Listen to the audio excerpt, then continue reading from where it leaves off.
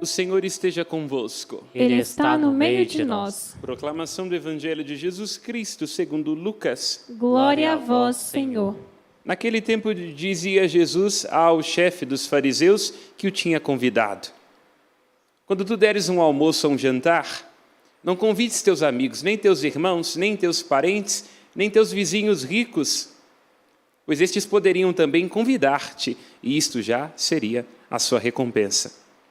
Pelo contrário, quando deres uma festa, convida os pobres, os aleijados, os coxos, os cegos, então tu serás feliz, porque eles não te podem retribuir, tu receberás a recompensa na ressurreição dos justos. Palavra da salvação. Glória a vós, Senhor. Que pelas palavras do Santo Evangelho sejam perdoados os nossos pecados. Foi delicada a nós a multiforme sabedoria de Deus, que dispõe os tempos e os momentos segundo o seu amor e a sua bondade, que após um dia de pleito no nosso país, em que se acirraram divisões de pensamentos, nos fosse oferecido a leitura do apóstolo Paulo na carta aos Filipenses, que começa exortando: se existe consolação na vida em Cristo, se existe alento no amor mútuo, se existe comunhão no Espírito, se existe ternura e compaixão, tornai então completa a minha alegria. O apóstolo Paulo, como temos refletido nestes dias, sempre inicia suas cartas apresentando o que nós chamamos em linguagem teológica de indicativo. O apóstolo narra, seja olhando sobre si mesmo, o seu ministério apostólico, enunciando a graça de nosso Senhor Jesus Cristo, a salvação que nos foi alcançada por livre e espontânea vontade e pela bondade do nosso Deus. O apóstolo Paulo vê a si mesmo como um anunciador do Evangelho da Graça. Como nós refletimos na carta aos Efésios alguns dias atrás, Deus mostrou-se rico em misericórdia, e esta misericórdia transborda do coração de Deus e seduz o apóstolo, de modo que ele se põe com seus lábios e com sua vida a dar testemunho desta misericórdia e associar homens e mulheres a esta salvação. Logo depois de manifestar o indicativo, isto é, a graça de Deus que nos salva, o amor de Deus manifesto em nós através de nosso Senhor Jesus Cristo, o apóstolo Paulo apresenta os imperativos: sede, fazei, tornai-vos. São palavras que dão a conhecer o desejo do apóstolo Paulo de que aqueles que o escutam correspondam àquilo que receberam. Com a consolação que nós mesmos recebemos, vai dizer o apóstolo Paulo em uma de suas cartas, nós nos dispomos a consolar. E este segundo momento dos escritos paulinos, sempre presente em suas cartas, momento do imperativo, é sempre revestido de um sentido parenético. A palavra é difícil, mas explico. Parênesis quer dizer o modo com o qual temos que praticar, o modo com o qual nós vamos responder à graça que recebemos. E aqui, neste momento, na carta aos Filipenses, o apóstolo Paulo manifesta o imperativo, revela o sentido parenético com uma oração aflita. Uma oração aflita cujo conteúdo é bastante atual para o momento do nosso país. Que nós tenhamos a unidade. O apóstolo Paulo diz que a unidade é o ponto de partida da vida em nosso Senhor Jesus Cristo. E é da unidade que decorre a paz, a harmonia. O apóstolo Paulo apela à comunidade dos filipenses para que tomem consciência que entre eles deve haver um vínculo de unidade, uma comunhão. Como vai lembrar o mesmo apóstolo na carta aos Colossenses, o amor é o vínculo da perfeição. O apóstolo apela, tentando despertar ouvidos, mentes e corações, ao fato de que é o Espírito Santo quem nos envolve a todos numa só família. Ele que no início da carta aos Filipenses Diz que viver para ele é Cristo. Não se incomoda nem mesmo com o fato de estar preso. Ele quem diz, depois que encontrei a Cristo, considero tudo lixo, diz, para que a minha alegria seja completa, aspirai todos a mesma coisa, unidos no mesmo amor. Vivei em harmonia, procurando a unidade. Que coisa interessante. O apóstolo Paulo diz que considera a si mesmo profunda e plenamente preenchido pelo amor e pelo conhecimento de nosso Senhor Jesus Cristo. E diz que nisso está a sua vida. Mas ele diz, há algo que ainda se constitui na minha alma de apóstolo com uma falta. A dor que sentia o apóstolo Paulo, e podemos antever ou entrevê-la através desta leitura, deve-se ao fato de que a comunidade dos filipenses encontrava-se dividida num profundo sectarismo. O Cristo, que chama a unidade, todos sejam um, como tu e eu, Pai, somos um, para que o mundo reconheça que tu me enviastes. O apóstolo Paulo vê que a comunidade de Filipe, em nome de divergências de pensamentos, está dilacerando a túnica inconsútil de nosso Senhor Jesus Cristo. E ele apela então à unidade, apela à paz, apela à consolação. E aqui apresenta uma regra de ouro para que a comunidade seja consolada em Cristo, experimente o amor que vem, o alento que vem do amor mútuo e tome consciência da força do Espírito Santo, que é sempre para agregar, sempre para a unidade, já que o pai da mentira, da divisão e da separação é o diabo. O apóstolo Paulo diz, nada façais por competição ou vanglória, cada um com humildade julgue que o outro é mais importante. Que indicativo permanente do apóstolo Paulo, que deve ecoar fundo dos nossos corações. Tomarmos cuidado com a glória que é vã. Nossas exibições, nosso pretenso conhecimento, a ilusão das nossas certezas nos faz inchar. E ao estarmos inchados, como vai lembrar o mesmo apóstolo na carta aos Gálatas, nós nos pomos a devorar uns aos outros. Se o outro pensa diferente de mim, se não vota em quem votei, se não tem a mesma linha, perspectiva política do que eu, não merece existir. Gloriosos são os meus pensamentos, a minha vontade, a minha orientação, a minha perspectiva sobre o mundo. Não, diz o apóstolo Paulo, esta glória é vã. A glória verdadeira está em olhar para a cruz de nosso Senhor Jesus Cristo, porque no que era dividido, vai lembrar o apóstolo Paulo, na carta aos Efésios, Cristo fez um só, Ele é a nossa paz. Fez de judeu e gentio, fez de escravo, de livre, homem e mulher, um único povo, mediante a cruz, na qual derrubou o muro da separação. Na sua carne, fez de todos nós um só homem novo. Todos nós, na cruz de nosso Senhor Jesus Cristo, colocamos de lado as vanglórias e aquilo que nos divide. E diz o apóstolo Paulo, nada façais por competição. Mania esta terrível de imaginarmos que temos que disputar lugares. Somos vítimas de nós mesmos quando queremos o lugar que é do outro e, portanto, não temos a capacidade de perceber nosso talento, nosso lugar. E, sobretudo, na sonolência de sermos os primeiros, nos esquecemos que a lógica do Evangelho é outra. Na lógica do Evangelho, como nos faz perceber Lucas, nesta narrativa que acabamos de escutar, não é grande quem se enche de si, mas quem se esvazia, experimentando em si a pobreza de nosso Senhor Jesus Cristo, que sendo rico se fez pobre para nos encontrar. Na lógica do Evangelho, aqueles que são os últimos e que não podem recompensar aquilo que recebem, irão um dia nos abrir as portas do reino dos céus. Serão os amigos que nos apresentarão a Deus, já que cada vez que nós servimos aqueles que nada têm, nós antes de tudo emprestamos ao próprio autor da vida. Cada vez que nós nos dispomos com generosidade a escutar, a compartilhar, a entregar com generosamente e despretensão, dá-se ali um sinal perfeito, terno e compassivo do amor do Deus que é rico não nos bens, não na sabedoria e não no conhecimento deste mundo, mas rico em misericórdia, e veio precisamente para procurar e encontrar aquilo que estava perdido.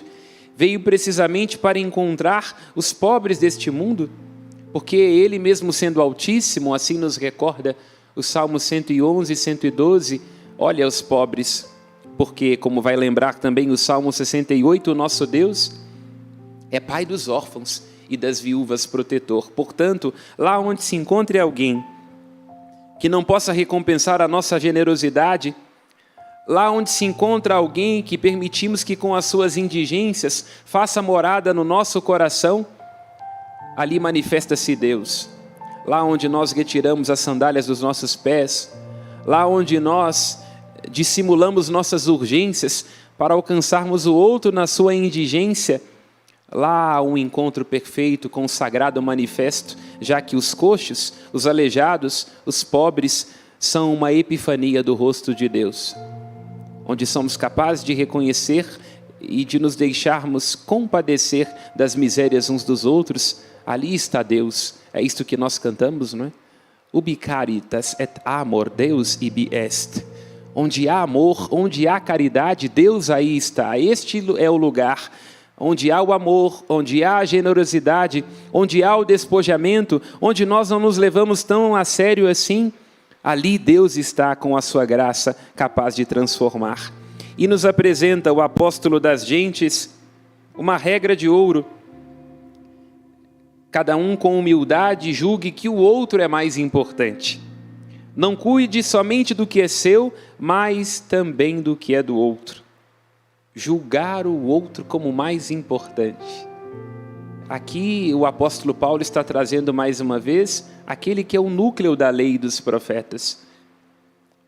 Ter a capacidade de perceber que toda a lei e todos os profetas resumem-se nestes dois mandamentos, que na verdade são um só, não é? Já que, como vai lembrar João, ninguém de nós pode dizer que ama a Deus a quem não vê, se não é capaz de amar o próximo a quem vê. O apóstolo Paulo está dizendo que a regra de ouro é considerar: se eu tenho indigências, se eu tenho limitações, se eu tenho fragilidade, se eu tenho cansaço, o outro também deve ter limitações, indigências e cansaço. Portanto, como lembra o profeta Isaías, na medida em que reconheço o outro na sua indigência, vejo nele a minha própria carne de ser humano tão exposto a fragilidades. E ao compadecer-me do outro, ao pensar que estou dando algo para ele, recebo a mim mesmo, não é? A partilha dos bens, do sorriso e da nossa alma nos engrandece. Na medida em que dividimos e partilhamos aquilo que somos, se multiplica em nós a graça de Deus. Cuidar não somente daquilo que é seu, mas cuidar daquilo que é do outro. Aqui, meus irmãos e minhas irmãs, ecoando mais uma vez a lei e os profetas, ecoando o sermão da montanha, onde nosso Senhor Jesus Cristo diz: tudo quanto quiserdes que os outros os façam, fazei também a eles. Está o núcleo de todo o Antigo Testamento e certamente também do Novo. Nossa fé cristã pode ser caracterizada por muitas coisas, mas o que marca, como nos vai recordar o Papa Bento XVI, ainda Joseph Ratzinger, no livro Introdução ao Cristianismo, o que marca de modo especialíssimo a nossa fé cristã, judaico-cristã, é o caráter pessoal. Nós, como cristãos, e recebemos isso também dos judeus, nos relacionamos com um Deus que é pessoa, que se envolve com as nossas causas, que é capaz de chorar a dor de Abraão, de Sara, de Ana, um Deus que atravessa o deserto junto com o seu povo, porque se envolve com as suas causas, um Deus que nos ama de modo genuíno, íntimo, e que se rebaixa, que esvazia continuamente para recolher as dores de Israel, e assim como a fertilidade da terra que é despertada pela chuva que cai do céu, com a sua graça, fazer da morte brotar a vida, fazer da esterilidade um sinal do amor de um Deus que garante a descendência, conforme prometeu a Abraão e a todos os seus. É nisto que nós confiamos. Este núcleo do Evangelho, de um Deus que nos ama de um modo pessoal e que, tendo rasgado o seu coração em direção a nós no Antigo Testamento e sobretudo no Novo, já que na cruz de nosso Senhor Jesus Cristo está o sinal eloquente da loucura do amor de Deus por cada um de nós. E é isto que nós vamos aprofundar amanhã, já que o apóstolo Paulo vai dizer na primeira leitura do dia de amanhã que Cristo, embora sendo Deus, assume a condição de um escravo, o último lugar para nos garantir a salvação. Portanto, é Deus mesmo quem no Antigo Testamento vai manifestando que a misericórdia pertence ao seu ser íntimo, que Ele age continuamente dando a si mesmo e sendo solidário às indigências humanas. Amor, uma vez experimentado deste Deus pessoal, íntimo, amigo de cada um de nós, seu amigo, meu amigo, nosso amigo, nós também devemos nos dispor a amar com o amor com que recebemos. É isto que está apelando o apóstolo Paulo, nos convidando a olhar para nosso Senhor Jesus Cristo e ver que Ele alcança a essência do ser, despoja-se, esvazia-se, vem a este mundo para nos enriquecer mediante sua entrega, sua cruz, sua pobreza. E assim também cada um de nós deve se perguntar em que medida é capaz de alcançar o outro nas suas indigências, já que aquilo que caracteriza fundamental e genuinamente a nossa fé cristã é a descoberta do outro. A nossa tendência, irmãs e irmãos, a partir do pecado, é repetirmos aquilo que Sartre diz numa das suas peças. O outro é o inferno. O olhar do outro, da vizinha, da cunhada, alguém que não nos entende, que nos critica, alguém que não nos suporta, é um inferno terrível. E nenhum de nós pode ter a ilusão de que amar o outro tem um quê de romantismo. Não, faz ranger os dentes. Amar significa um esforço heróico e cotidiano de sair de si. Porque quando nós estamos ensimesmados em nós, nos nossos desejos, nas nossas expectativas, nas nossas frustrações, nos nossos traumas, nós diminuímos da nossa humanidade e perdemos a capacidade de encontrarmos Deus que fala no outro, inclusive nas suas indigências. Como nos vai lembrar o Cristo, se nós amamos somente aqueles que nos amam, se nós cumprimentamos somente aqueles que nos cumprimentam, nós nos comportamos como pagãos, não é? Quer dizer, o Evangelho de Cristo ainda não foi fecundo em nossos corações. Quero terminar esta reflexão à luz de um dos pensamentos da grande Santa Teresa de Calcutá. Ela, num dos seus pensamentos, assim diz: Deus se abaixa, serve-se de nós e quer ser compassivo e amoroso através de nós. E ela, ao fim deste pensamento, vai dizer: se nós nos ocupamos em demasia com nós mesmos, nós não temos tempo para o outro. Se nós nos ocupamos em demasia com nós mesmos, não temos tempo para o outro. Meus irmãos e minhas irmãs, à luz daquilo que nos ensina Teresa d'Ávila, à luz do apelo aflito do coração do apóstolo Paulo, que vê a comunidade de Filipe estar dividida e dilacerada por vanglórias, por discórdias, por pretensões mundanas, assim como está dividido o nosso país. Deixemos que a palavra de Deus ecoe no mais profundo das nossas almas e nos disponhamos a ver o outro, não como aquele que é o diferente, como aquele que deve ser aniquilado já que não concorda comigo, mas ver o outro como alguém que pode completar aquilo que em mim falta, como aquele que me corresponde, padecendo das mesmas indigências que eu, das mesmas fraquezas que eu, mas na medida em que caminhamos unidos em Jesus Cristo, no amor mútuo e na comunhão do Espírito Santo, este outro sem o qual não posso experimentar e vivenciar plenamente o amor do coração do nosso Deus. Louvado seja nosso Senhor Jesus Cristo. Para sempre seja louvado. Aos céus as nossas preces.